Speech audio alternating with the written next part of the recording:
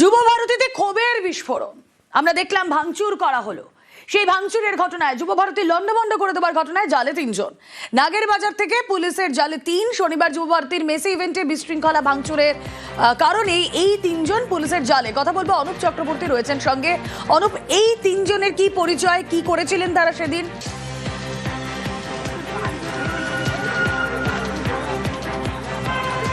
তবে ৩ জনকে যে গ্রেপ্তার করা, প্রথমে কিন্তু আটক করা হয়েছিল, পরবর্তী ক্ষেত্রে 2 জনকে গ্রেপ্তার করা হয়েছে, কারণ শনাক্তকরণ যে করার প্রক্রিয়া চলেছিল সেই 2 জন কিন্তু শনাক্ত করে পুলিশ। তার কারণ যেদিনকে মেসি ইভেন্ট অর্থাৎ যুব ভারতী ক্রীড়াঙ্গনে ভাঙচুরের যে ঘটনা ঘটেছিল, সেই ভাঙচুরের ঘটনায় কিন্তু এই 2 জন একেবারে স্টেডিয়ামের ভিতরে কার্যত ভাঙচুর করে এবং ক্লোজ সার্কিট যে ক্যামেরা, সেই ক্যামেরা ফুটেজে কিন্তু সেই ছবি একেবারে স্পষ্ট আছে।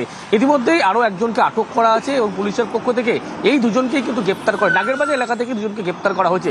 যেদিনকে যুব ভারতী ক্রীড়াঙ্গনে মেসি ইভেন্ট ছিল, সেদিনকে কিন্তু একেবারে দেখা যায় যুব ভারতী ক্রীড়াঙ্গনের মাঠের মধ্যে নেমে ভাঙচুরের ঘটনা ঘটাচ্ছে এবং গ্যালারি থেকে কিন্তু একেবারে সেখান থেকে নেমে বাইরে আসছে। এই ফুটেজ কিন্তু ক্লোজ সার্কিট ক্যামেরা, সেই ক্যামেরায় ধরা পড়ে।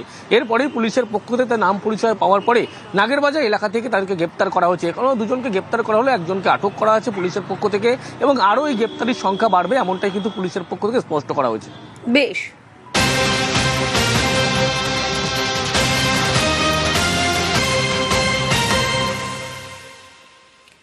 এই যে যুব ভারতীতে মেসি ইভেন্ট হলো, তার জন্য কি আইএফ এর অনুমতি নেওয়া হয়েছিল? যা জানা যাচ্ছে, আইএফ এর অনুমতি ছাড়াই যুব ভারতীতে মেসি ইভেন্ট। যুব ভারতীর অনুষ্ঠানে আয়োজকের ভূমিকা নিয়েই বড় প্রশ্ন। যুব ভারতীতে আন্তর্জাতিক ম্যাচের ক্ষেত্রে আইএফ এর অনুমতি বাধ্যতামূলক। মেসিকে নিয়ে অনুষ্ঠান আন্তর্জাতিক ম্যাচেরই সমান। আইএফএ এআইএফএফ কে না জানিয়ে যুব ভারতীতে যাবতীয় পরিকল্পনা। কথা বলবো, ইরন রয় বর্মন রয়েছেন সঙ্গে। ইরন, দেখো, ফিফার ম্যাচ আয়োজন করতে হলে সবসময় রাজ্য সংস্থা, ফুটবলের সর্বোচ্চ নিয়ামক সংস্থা, তাদেরকে জানাতেই হয়। ফিফার কোনো অফিসিয়াল ম্যাচ হলে সাধারণত বিভিন্ন নিয়ম থেকে যা জানা যাচ্ছে যে এইরকম বড় পর্যায়ে ইভেন্ট হলে সেক্ষেত্রে অফিসিয়ালি জানানোর খুব প্রয়োজন আছে তা নয়। যদিও যারা এর আগে এরকম অনুষ্ঠান করেছেন তারা বলছেন যে অলওয়েজ আমরা জানাই। তার কারণ হচ্ছে, যেহেতু মেসির মতো এত বড় তারকা আসছেন বা অতীতে মারাদোনার মতো তারকা এসছেন, সংশ্লিষ্ট সব দপ্তরগুলোকে জানানো থাকলে কাজ করতে সুবিধা হয়, তাদের হেল্প পাওয়া যায়। ইতিমধ্যেই আইএফ এর তরফ থেকে বা এআইএফএফ তারা বারবার বলছেন যে তারা জানতেনই না, পুরোটা অন্ধকারে রয়েছেন। দেখো এই মুহূর্তে যেহেতু একটা বিরাট ঘটনা ঘটেছে, সেক্ষেত্রে দোষারোপের একাধিক বিষয় উঠছে। সেই কারণেই ব্যক্তিগত ইভেন্টটা কিভাবে তিনি আয়োজন করেছেন, কি প্ল্যানিং ছিল, যাতে কোনোভাবে কেউই জানে না। জানেন কে? জানেন শতদ্রু দত্ত এবং তার টিম। এছাড়া তো কেউ জানেন না যে কি হবে।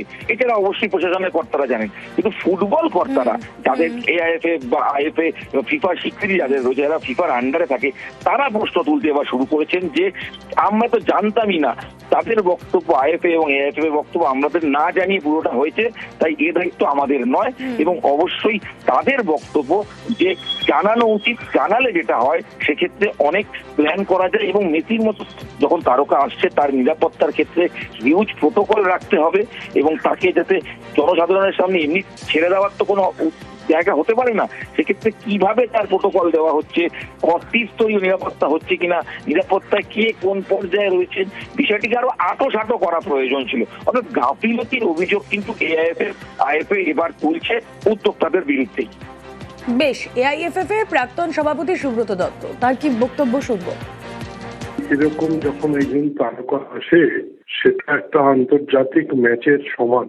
মানে এরকম একটা গুরুত্বপূর্ণ ইভেন্ট, তার যে সিকিউরিটি প্রোটোকল, সেটা একদম মানা উচিত এবং সেই অনুযায়ী নিরাপত্তার ব্যবস্থা করা উচিত ছিল। এবং পুলিশের সাথে অর্গানাইজারদের কোঅর্ডিনেশনের অভাব আছে। বুঝতেই পারেনি, জানেই না যে কি কোথায় কি করতে হবে। 3-4 স্তরে এটা হয় একটা স্টেডিয়ামে। আজকে কলকাতায় কত আন্তর্জাতিক তারকা এসছে, কিচ্ছু হয়নি। মান সম্মানের যে ক্ষতিটা হয়েছে সেটা কোনো পয়সা, মানে টাকা পয়সায় মূল্যায়ন করা যাবে না। এত ক্ষতি হয়ে গেল। এখন আন্তর্জাতিক কোনো ইভেন্ট এখানে করতে হলে যে কোনো এফসি হোক, ফিফা হোক বা এআইএফএফ হোক, সবাই 10 বার ভাববে। মেসিকে নিয়ে একটা অনুষ্ঠান হচ্ছে, সেখানে ম্যানেজমেন্ট নিয়েও প্রশ্ন তুলেছেন এআইএফএফ এর প্রাক্তন সহসভাপতি সুব্রত দত্ত। এই মাঠে কত আনুমানিক মানে ক্ষয়ক্ষতি হয়েছে বলে আপনার অনুমান? আমার ধারণা প্রায় 7-8 কোটি টাকার খরচা তো হয়েই মানে ধ্বংস তো হয়েইছে।